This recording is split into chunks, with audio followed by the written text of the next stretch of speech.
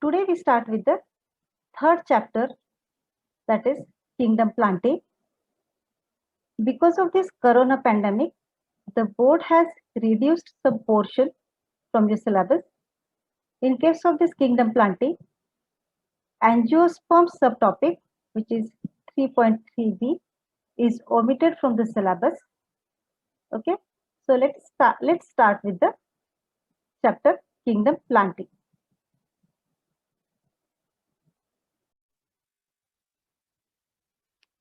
We know, friends, on the earth there is a large number of living organisms which are classified into 5 kingdom classification and which was given by R.H. Whitaker. Today we are going to study or discuss about the kingdom Plantae in detail. Kingdom Plantae includes all multicellular eukaryotic organisms with photosynthetic mode of nutrition and which are commonly called plants. Most of the plants are multicellular and very few are unicellular. What is eukaryotic? Eukaryotic means where the nuclear material is bounded by a nuclear membrane, so that cell possesses a prominent or well-defined nucleus. Such cell is called as a eukaryotic cell. There are variety of plants, so to make the study easier, a kingdom Plantae is further classified on the basis of certain characteristics like absence or presence of seeds, vascular tissues, and plant body structure. Let us see classification of kingdom Plantae. Kingdom Plantae is broadly classified into two subkingdoms, cryptogamy and phanerogamy. The members of cryptogamy are called cryptogams and members of phanerogamy are called phanerogams. Now we see the difference between these two subkingdoms. First, cryptogams. Cryptos means hidden and gamos means marriage, where the reproductive organs are hidden or concealed within the plant body. While phanerogams, where phaneros means visible and same gamos means marriage. In phanerogams, reproductive organs are visible. For example, in case of flowering plants, you can see reproductive organs androecium and gynoecium with your naked eye. And such flowering plants come under this category where the reproductive organs are visible. The next point is cryptogams are also called spore producing plants and phanerogams are commonly called seed producing plants. Now what is the difference between spores and seeds? Spores and seeds both are meant for reproduction purpose, but spores develop meiotically by asexual method of reproduction, while seeds develop mitotically by sexual method of reproduction. Spores are unicellular and always haploid, while seeds are multicellular and always diploid. Further, these cryptogams are classified into the two categories, non-vascular cryptogams and vascular cryptogams. Non-vascular cryptogams are those plants which do not possess vascular tissues like xylem and phloem, while the vascular cryptogams possess vascular tissues, xylem and phloem. Non-vascular cryptogams are further classified into two divisions, Thallophyta and Bryophyta. Thallophyta is a primitive group of kingdom Plantae. Here in Thallophyta, the plant body is thalloid. What does it mean? When you think of any plant, a specific structure comes in your mind, that it has root, stem, leaves, flowers, fruits. But thalloid plant body is a plant body which is not differentiated into root, stem, leaves, flowers, so on. And such irregular flattened plant body which is not differentiated is called as a thalloid plant body. And the members of this group possess such an irregular thalloid plant body. That's why the name Thallophyta is given to this group. Example is algae. Algae come under this Thallophyta group, where the plant body is not differentiated into root, stem, leaves. The next non-vascular cryptogams, Bryophyta. This Bryophyta division is little bit evolved than the Thallophyta. The bryophytes also do not possess true root, true stem or true leaves, but they show a false body structure. That means they develop structures which resembles with the root, stem, leaves. That means root-like structure, stem-like structure or a leaf-like structure developed by these members or the bryophytes. And such body structure is called as a false body structure, which resembles with the root, stem, leaves. Example, moss. Many of us cannot differentiate between the moss and algae. Moss, during rainy season, you can see a velvety green patches develop on a moist wall. That velvety green patches are nothing but moss, while a slimy, sticky, greeny patches which develop in a stagnant water as well as in a running water, such slimy, sticky, green patches are called algae. Okay, that is the difference between the algae and moss.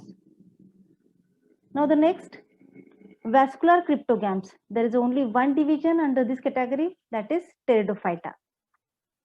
Pteridophyta is evolved division than the remaining two, Thallophyta and Bryophyta. Here, pteridophytes possess vascular tissue, xylem and phloem, as well as the plant body is differentiated into root, stem, leaves. That's why the Pteridophyta or the pteridophytes are evolved cryptogams as compared to the thallophytes and bryophytes. The example of pteridophyte is fern plant. Okay, this is about the classification of cryptogams. Now we proceed towards the classification of phanerogams. Phanerogams are seed-bearing plants and they show a well-differentiated body structure as well as all the phanerogams possess vascular tissues. And that's why the phanerogams are much evolved than the cryptogams because they show a proper body structure, they possess vascular tissues as well as they are seed-bearing plants.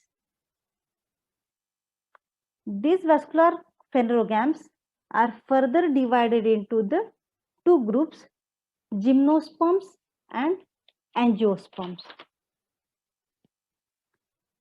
Gymnosperms have a well-developed or well-differentiated plant body and vascular tissues, but bear a naked seeds. Here gymnos means naked and sperma means seed. In gymnosperms, seeds are not enclosed within a fruit. Seeds are naked without any covering. Example is cycas. While angiosperms means enclosed, angios means enclosed and sperma means seeds.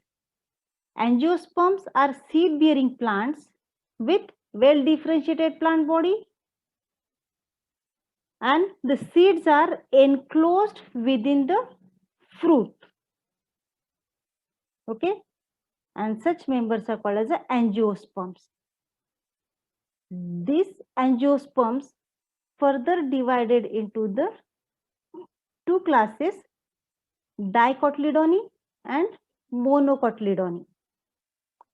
Dicotyledony means where the embryo of the plant possesses two cotyledons. For example, hibiscus. All nuts, pulses come under this category. And monocotyledony, mono means one. Here in this case, the embryo possesses a single cotyledon. And example of monocotyledony, maize. All the cereals are monocot or monocotyledony. Okay, this is about the classification of kingdom Plantae in brief, where kingdom Plantae is divided into two subkingdoms, cryptogamy, phanerogamy. Cryptogamy further divided into the three divisions, Thallophyta, Bryophyta, Pteridophyta, while the phanerogamy divided into gymnosperms, angiosperms. Angiosperms again divided dicot and monocot.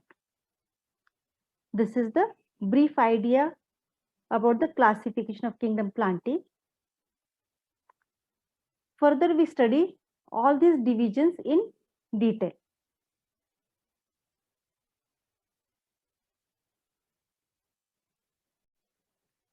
Now we see the salient features of division Thallophyta from cryptogams. The first feature is, here thallophytes means algae. Most of the algae are aquatic and either they are marine or freshwater. Marine means some grow in seawater and some grow in freshwater. While most of algae are free living, that means they live independently, while some are symbiotic. Here some species of algae form a symbiotic relation with the other organisms, where algae supplies food to the host and host provides protection or shelter to algae. While some algae grow as a epiphytes and some grow as a epizoic. Epiphytes means epi means above, phytes means plants. Epiphytes are the plants that grow on the surface of the other plants. That means the some algae grow on the other plants, which are called as the epiphytic algae. Epizoic. Epizoic means where the algae grow on the surface, grow or live on the surface of animals. The next important feature is plant body is thalloid. That's why the Thallophyta name is given to this group, where the plant body is irregular in shape. It is not differentiated into root, stem, leaves. Here some algae are unicellular and some are multicellular. You can see some example here.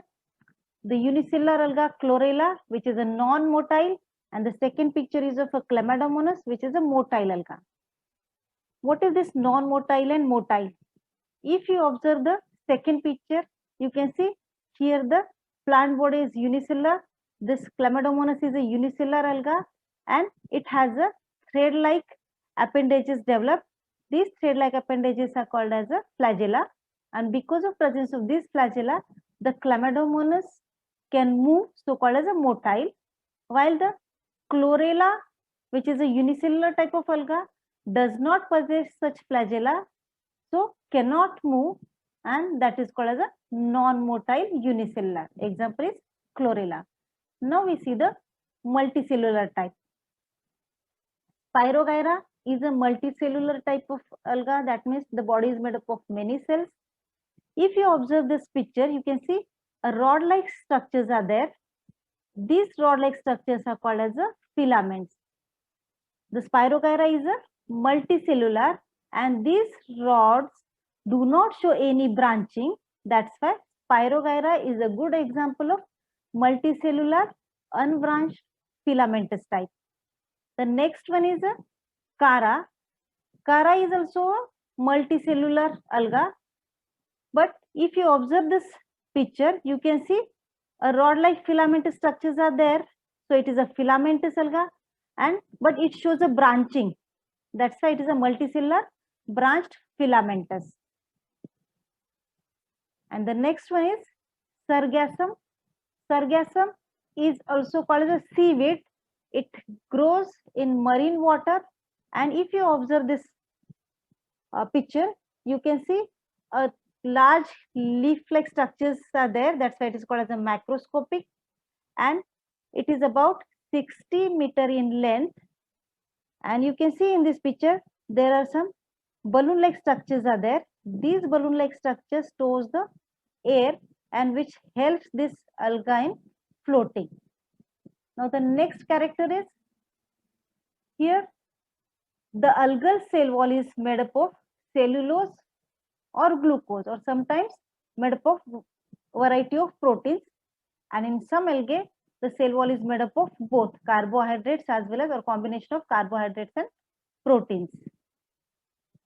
Now next feature is, in case of algae, reserved food material is in the form of starch. Same way, you know, in case of plants, the food material is stored in the form of starch. In the same way, in algae also, the reserved food material is in the form of starch or its other forms. For example, mannitol, laminarin, these are the two different forms of starch. Now about the reproduction. Algae reproduce by three means: vegetative, asexual, as well as sexual. Vegetative means where the vegetative plant body, if you take the example of Spirogyra, here you can see that filament breaks accidentally, and the fragment or a the small piece of a filament further grows into a new plant. That is a vegetative type of reproduction. Asexual reproduction is carried out by spore formation, and sexual reproduction is by fusion of gametes. Now the next salient feature is the life cycle shows a phenomenon of alternation of generation. What is this alternation of generation? That we'll study at the end of this chapter, because this is little difficult to understand. Once you understand, or once you know about the characteristics of all the divisions, then easily you can understand this alternation of generation. So we'll see this point at the end of the chapter. Then the next feature is, as like other plants, algae also contain different types of pigments like chlorophyll, xanthophyll, phycobilin, and depending on the presence of these different pigments, the algae is further classified into chlorophyceae, phaeophyceae, and rhodophyceae. What are these chlorophyceae, rhodophyceae, and phaeophyceae? That we'll study in detail in the next lecture. Thank you.